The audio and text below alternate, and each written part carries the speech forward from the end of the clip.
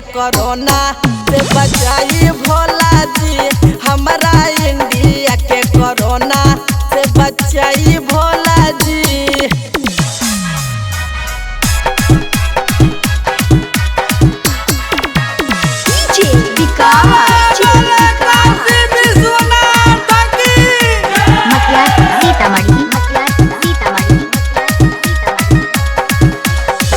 जैसे तू पी गईला पूरे जहार हो, वैसी हटा दे हो बाबा कोरोना कहर हो। ए बाबा सुन तनी, जैसे तू पी गईला पूरे जहार हो, वैसी हटा दे हो बाबा कोरोना कहर हो। भीड़ भीड़ होई तोर दुआरी भोला जी।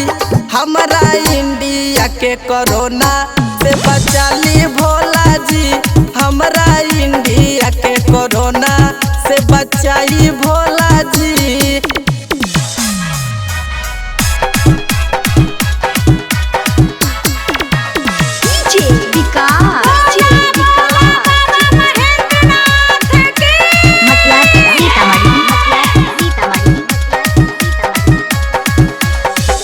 जदी खोल देबा बाबा तीसरा तू आँख हो, जल के हो जाई बाबा कोरोना उराख हो। अपन तीसरा कब खोलवाए बाबा? जदी खोल देबा बाबा तीसरा तू आँख हो, जल के हो जाई बाबा कोरोना उराख हो। हीरो जाई देवघर भाई भाई भोला जी।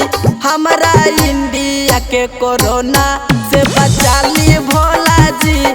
हमारा इंडिया के कोरोना से बचाई भोला जी।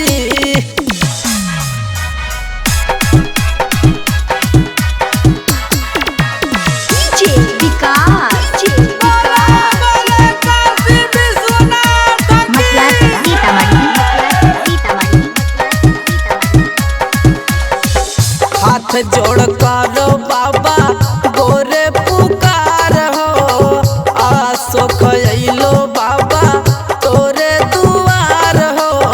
रौर भक्त रोवत ए बाबा।